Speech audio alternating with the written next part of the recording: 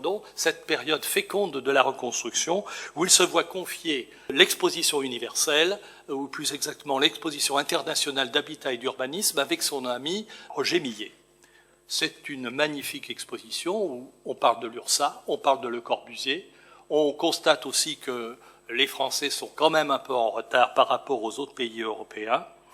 Et l'année 47-48, le voilà-t-il pas qu'il se voit confier le centre d'études par André Protin, vraisemblablement sur la proposition de Robert Ozell.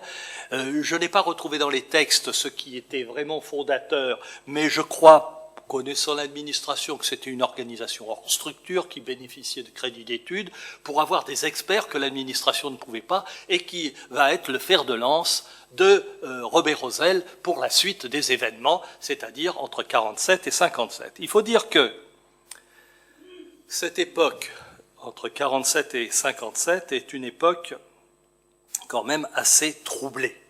C'est une époque assez troublée parce que on voit deux présidents de la République, Vincent Auriol et René Coty, lequel a été d'ailleurs ministre de la Construction, de la Reconstruction, mais on voit aussi 24 gouvernements se succéder, et dans ces conditions, la politique de l'État est faite par l'administration.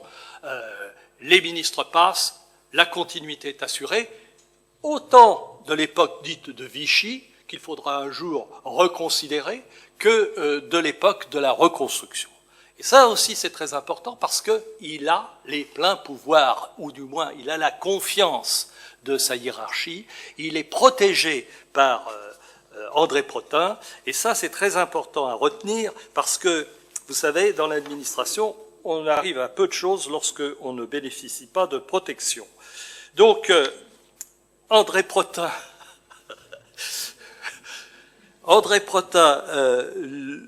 lui a confié ce centre d'études. Il a 34 ans. Vous vous rendez compte, il a 34 ans. Il a déjà une expérience extraordinaire sur le terrain. Il connaît les gens, il connaît les textes. Il a une culture que beaucoup n'auront pas. Et tant pis.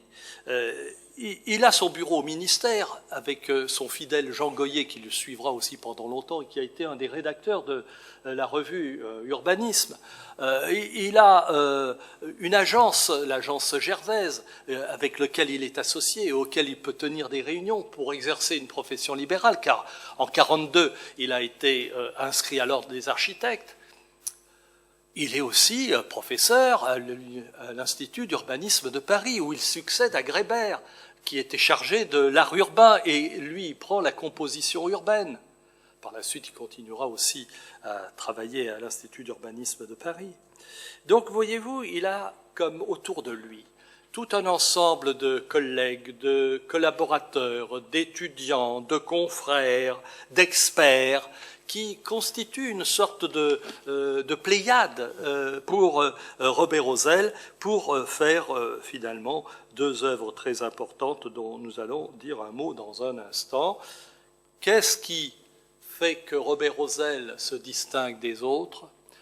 C'est parce qu'il a emprunté ce que j'appelle une voie différente, pas nécessairement la troisième voie, mais une voie différente dans le domaine de la perception de l'espace. En effet, dans cette époque, il y a deux courants qui s'affrontent. Le mouvement moderne qui gagnera, et puis le mouvement de l'urbanisme traditionnel que ne peut renier Robert Ozell, puisqu'il est issu de cette formation, avec les grands prix de Rome. L'art urbain de la grande composition, comme l'appelle François Choët dans son dictionnaire. Et puis, il y a l'urbanisme moderne, incarné par Le Corbusier, avec le projet de plan pour la ville de Saint-Dié. La population n'en a pas voulu, on comprendra pourquoi. Et puis, l'époque des grands ensembles qui commence à arriver, avec la normalisation et l'industrialisation. Donc, cette voie différente, c'est la voie de Robert Ozell pour une organisation consciente de l'espace. Et ce retrécissement est très important. Et il dit, prenons la peine de nous instruire avant de prétendre construire. Et là, vous avez sous les yeux les deux opérations les plus emblématiques, à mon avis, et d'ailleurs de l'avis des municipalités concernées. Je salue Jean-Marc Seller, qui représente la ville de Clamart en tant qu'adjoint au maire. Il va y avoir des choses intéressantes à observer dans ces deux opérations. Sur quoi il se base? Sur ce qu'on appelle les 5 principes d'une organisation consciente de l'espace. Tout d'abord, il faut savoir, il faut avoir des connaissances. Hein. Il faut avoir des connaissances et l'encyclopédie de l'urbanisme répond à un besoin, car il y avait très peu de brochures, d'ouvrages, c'est pas le foisonnement d'aujourd'hui. Et là, il sort l'encyclopédie de l'urbanisme, qui est d'abord les documents d'urbanisme, et après avec notamment Ivan Jankovic, qui développe cette encyclopédie avec une foule de collaborateurs pour dessiner tous ces plans à des échelles comparables. Je passe rapidement là-dessus, on pourra intervenir par la suite. Il préconise une représentation de l'espace qui sera vulgarisée dans Townscape de Gordon Cullen, mais qui vise essentiellement à faire en sorte qu'on puisse cheminer pour découvrir les espaces dans des visions séquentielles et ainsi agir sur l'espace. L'espace sera l'essentiel de l'art urbain pour Robert Ozell. Il ne s'arrête pas là, il développe tout ce qui caractérise une implantation et les problèmes d'ensoleillement, d'études des vents, de plantation et de paysage dont il parlera dans les 333 ou 303 citations de l'urbanisme. Il préconise, c'est Gaston Bardet qui a inculqué tout ça, hein. L'équipe pluridisciplinaire du centre d'études et ce travail en équipe pluridisciplinaire, c'est fondamentalement Gaston Bardet qui l'avait préconisé dans ce qu'on appellera par la suite une organisation polyphonique. Mais ça permet aussi la consultation des habitants. Il l'avait expérimenté à Neuchâtel-en-Bray et dans toutes les villes sinistrées. Par la suite, sur Porto, il y reviendra. Et c'est très important de penser que sur Clamart, s'il n'a pas pu faire justement cette consultation des habitants, tout simplement parce que c'était sur un terrain vierge, le reproche qu'il peut se faire, il dit que c'est une méthode regrettable, mais pouvait-il en être autrement à défaut d'une communauté urbaine? Et là, justement, il évoque l'intercommunalité nécessaire pour qu'on puisse calculer les véritables besoins et faire un programme.